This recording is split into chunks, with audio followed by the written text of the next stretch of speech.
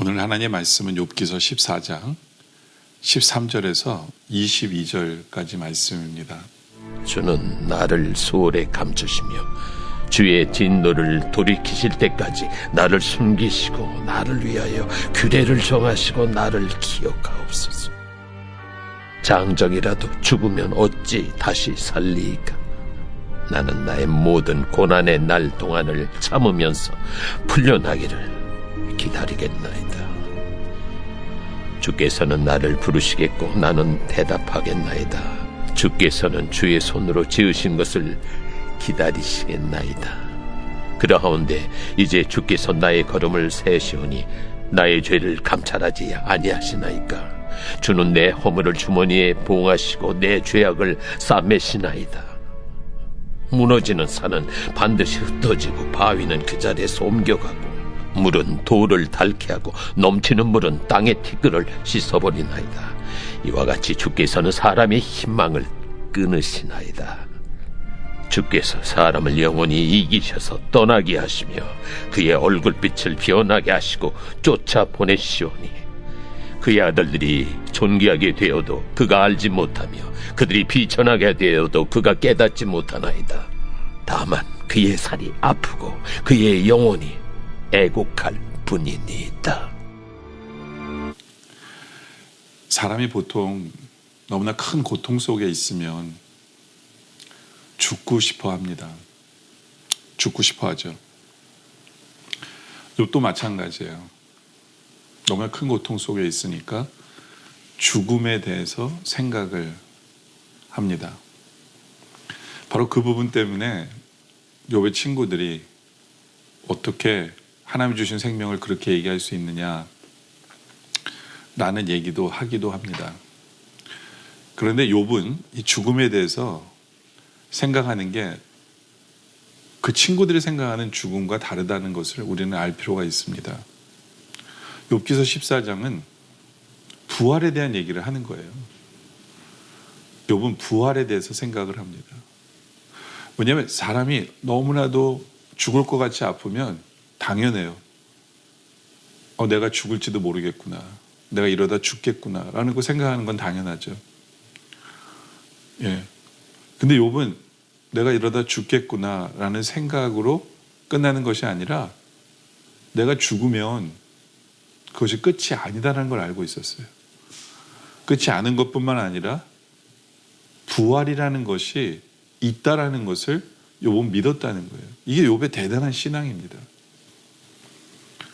13절에 보면 주는 나를 수월에 감추시며 주의 진노를 돌이키실 때까지 나를 숨기시고 나를 위하여 규례를 정하시고 나를 기억하옵소서.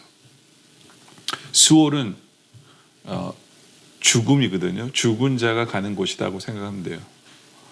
근데 죽은 것으로 끝났다라고 생각 안 해요. 하나님이 나를 숨기시는 곳이다 라는 거죠.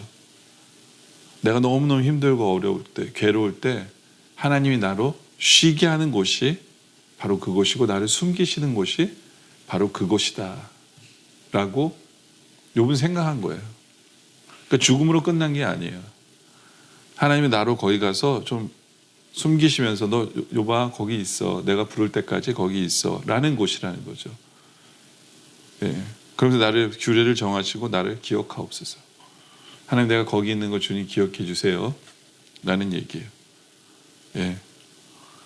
그래서 14절에 장정이라도 죽으면 어찌 다시 살리일까? 근데 나는 나의 모든 고난의 날 동안을 참으면서 풀려나기를 기다리겠나이다. 그렇죠? 무슨 얘기예요? 하나님이 보통 사람은 죽으면 끝이라고 생각하고 죽으면 그곳에 간 자리에서 끝이라고 생각할지 모르지만 나는 기다린다는 거예요. 어떻게 해요? 하나님이 나를 부르시는 부활의 때까지 나는 기다리겠다. 그러니까 욥이 생각하는 죽음은 부활을 생각하는 죽음이에요. 부활을 생각하는 죽음이다. 참 부활의 신앙을 갖고 있는 욥을 우리가 보게 되죠. 그래서 15절에 주께서 나를 분명히 부르시겠고 나는 그때 대답하겠다는 거예요. 야 부활하자 하면 주님 저 여기 있어요. 주께서는 주의 손으로 지으신 것을 기다리시겠나이다. 그러니까 하나님이 부활의 그 몸을 주실 것을, 하나님 만드셔서 부활의 몸을 주실 것을 난 기다리겠습니다. 대단한 신앙이죠. 욥은 고난 속에서도 이 부활에 대한 생각을 하는 신앙이에요. 근데 이 부활하기 위해서는 꼭 필요한 요소가 있다는 것을 욥은 알고 기억합니다. 그게 뭐냐? 16절에 보면 그러하온데 이제 주께서 나의 걸음을 세시오니 나의 죄를 감찰하지 아니하시나이까. 죄가 문제라는 거예요. 죄의 문제가 해결돼야 돼요. 부활하기 위해서는 죄의 문제가 해결돼야 된다. 정확히 알고 있죠. 그래서 17절에 주는 내 허물을 주머니에 봉하시고 내 죄악을 쌈에 시나이다. 그러니까 주님이 죄의 문제를 해결해 주셔야만 나중에 부활할 수 있다. 이게 복음이에요.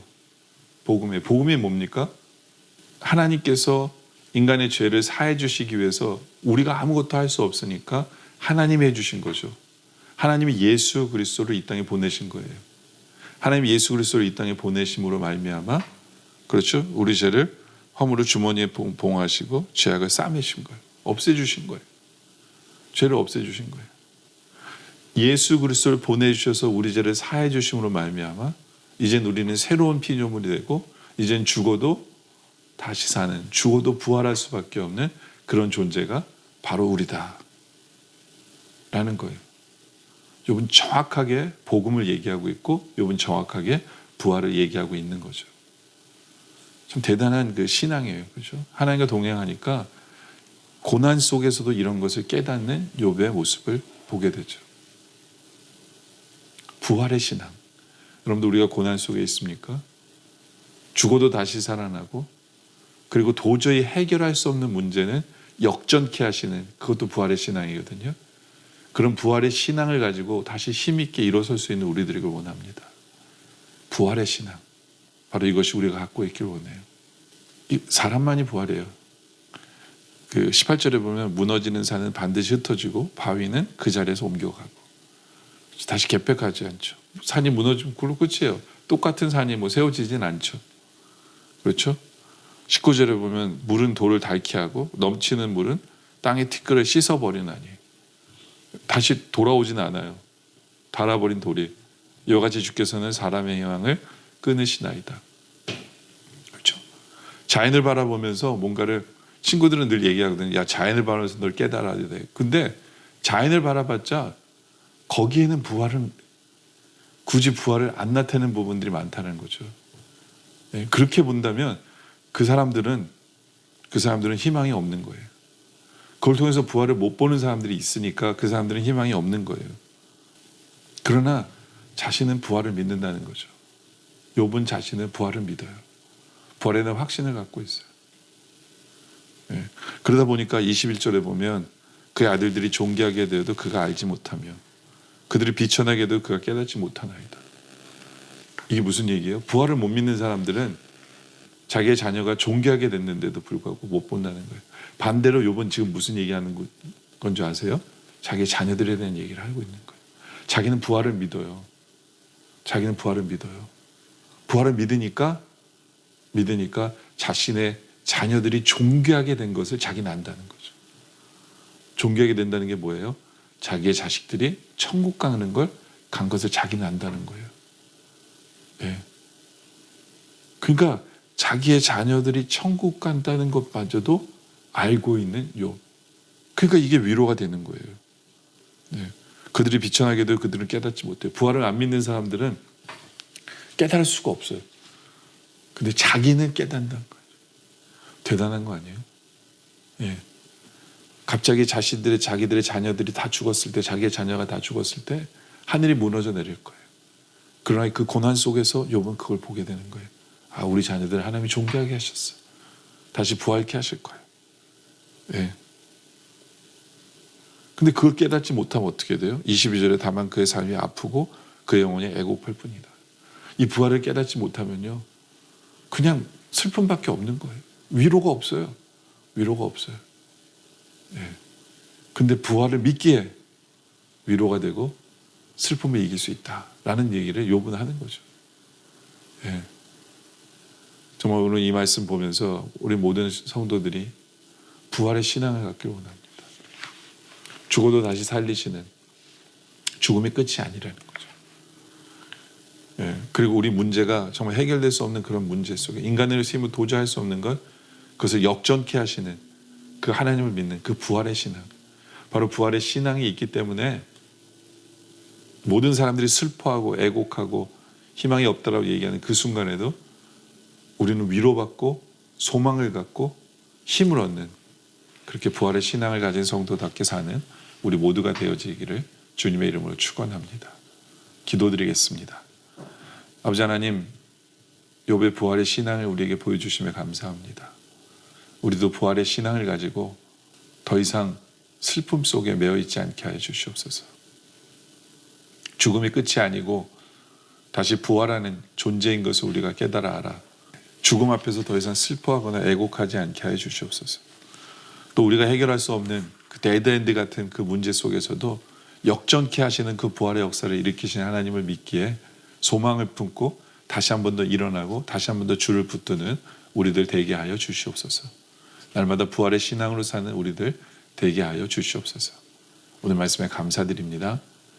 계속된 기도 속에 함께 하여 주시옵소서. 예수님의 이름으로 기도드립니다. 아멘.